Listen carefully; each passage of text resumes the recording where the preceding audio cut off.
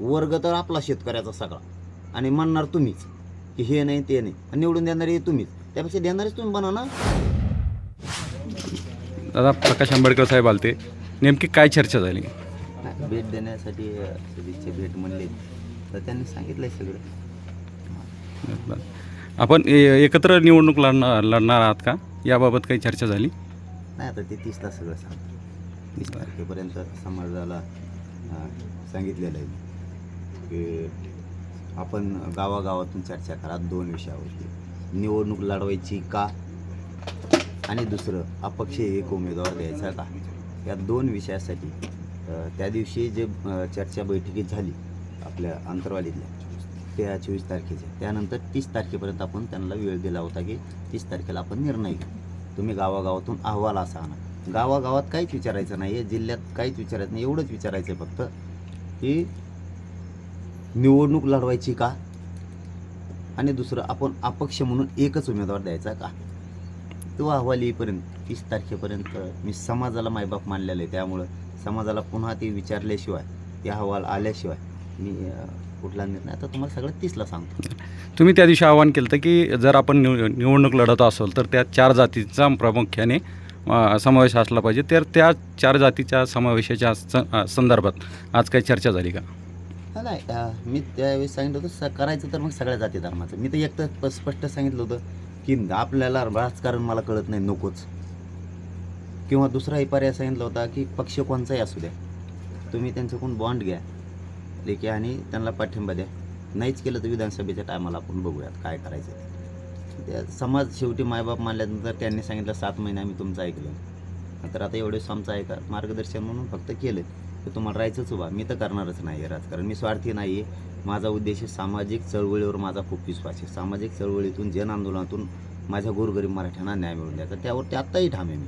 हे काही हो, लोकसभा असो विधानसभा असो, हे काही हो, न्याय मात्र गोरगरीब मराठ्यांना आरक्षणाचा मिळवून देणार आहे, त्यात हटत नाही. परंतु आता दिलायच वेळ त्यांना, आपण त्यांना वेळ दिलायच आपण आता की तुम्ही जा गावागावात विचारा, मायबापाला विचारा. जरी आपण इथं 3-3.5 लाख काय असतील ते जमले होते त्या दिवशी, आपल्याला एवढ्यावरती निर्णय झालायच करायचं आहे, पण आपल्या मायबापांना सन्मान द्या. मायबाप म्हणजे गावागावाला, जिल्ह्याला सन्मान द्या, आणि त्यांना विचारा काय करायचं, निवडणूक लढायची की नको, आणि उमेदवार एक द्यायचा का नको, हे त्यांच्याकडून येतात. 30 तारखेपर्यंत अहवाल येईपर्यंत मी राजकीय भाष्य किंवा लोकसभेच्या बाबतचं काहीच घोषित नाही करू शकत. पहिल्या टप्प्यातील निवडणूक प्रक्रियेची सुरुवात झालेली आहे, मग त्याची तारीख लवकरच सुरू होते, पहिल्या टप्प्यातल्या आणि दुसऱ्या टप्प्यातल्या फॉर्म भरण्याची.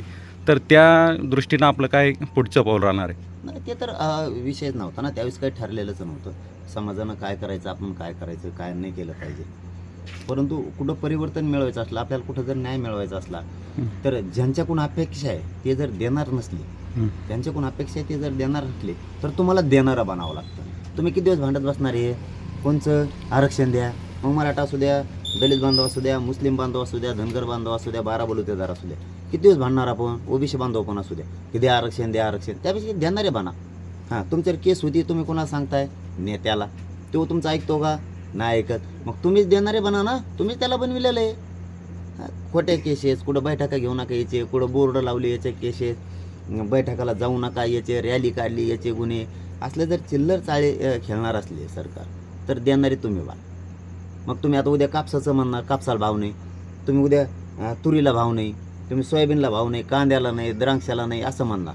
वर्ग तर आपला शेतकऱ्याचा सगळा, आणि म्हणणार तुम्हीच की हे नाही ते नाही, आणि निवडून देणारे तुम्हीच, त्यापेक्षा देणारेच तुम्ही बना ना. आता तुमच्याकडे कापूस नाही, आता कापसाला भाव वाढला. आता तुमच्याकडे सोयाबीन नाही, आता सोयाबीनला भाव वाढला. आता तुमच्याकडे द्राक्षे नाहीत, पपई नाहीत, आता त्या टायमाला भाव वाढला. तुमच्याकडे ज्यावेळेस वस्तू नसते त्यावेळेस भाव वाढतो, त्यापेक्षा देणारे तुम्ही बना ना. तसं मराठ्यांना काय पाहिजे, धनगर बांधवांना काय पाहिजे, 12 बलुतेदारांना काय पाहिजे, दलित बांधवांना काय पाहिजे, मुस्लिमांना काय पाहिजे. तुम्हाला आरक्षण पाहिजे, किंवा तुमचे प्रश्न सोडायचे आहेत, कामगारांचे प्रश्न सोडायचे आहेत, तुम्हाला कामगारांना, माथाडी कामगारांना सोडायचे, डबेवाल्यांना सोडायचे आहेत. तुम्हाला जर तुमचे प्रश्न सोडायचे, तुमचा माणूस जाऊ द्या ना तिथं. डॉक्टरांना प्रश्न सोडायचा आहे, शिक्षकांना प्रश्न सोडायचा आहे, व्यावसायिकांना प्रश्न सोडायचा, तुमच्या जाऊ दे की तिथं. बोंबलून काय उपयोग होणार आहे इथं, काय उपयोग होणार आहे का बोंबलून तुम्हाला इथं. आम्हाला हे मिळत नाही, तुम्ही बना ना देणारे, देणारे तुम्ही बना. मराठ्यांना आरक्षण पाहिजे, मराठी देणारे बना. तुमच्यावर गुन्हे दाखल होत आहेत, मुद्दाम करतायत, तुम्हीच निवडून दिलेला माणूस, तर तुम्ही न गुन्हे होणारे बना, न होऊ द्यायचे गुन्हे न होऊ देण्यासाठी बना. तुम्हाला तुमच्या पिकाला भाव पाहिजे, भाव देणारे बना. उगाच आरडून उडून काय उपयोग नाही. पण आता समाजाला वेळ दिलेला आहे. रविवारपर्यंत काय निर्णय येतोय मला माहीत नाही, काय अहवाल येतोय गावागावातून हेही मला माहीत नाही. त्यामुळं मी मायबाप समाजाला म्हणल्यावर त्यांचा अहवाल आल्याशिवाय विचार आल्याशिवाय मी डिसिजन नाही घेऊ शकत. मग ते मला राजकारणाशी काय देणं घेणार नाही. मी कधीही स्पष्टच बोलतो, आजच नाही, त्याविषयी बोललो होतो. माझा राजकारणावर विश्वास नाही आहे आणि त्याच्यापासून मग काही गुंतलेलं नाही. समाज जर नको म्हणला, नको, हो म्हणला तर इतक्या ताकदीने उतरणार की यांनी जसं मला आंदोलनात हलक्यात घेतलं होतं तसं राजकारणसुद्धा हलक्यात नाही घ्यायचं.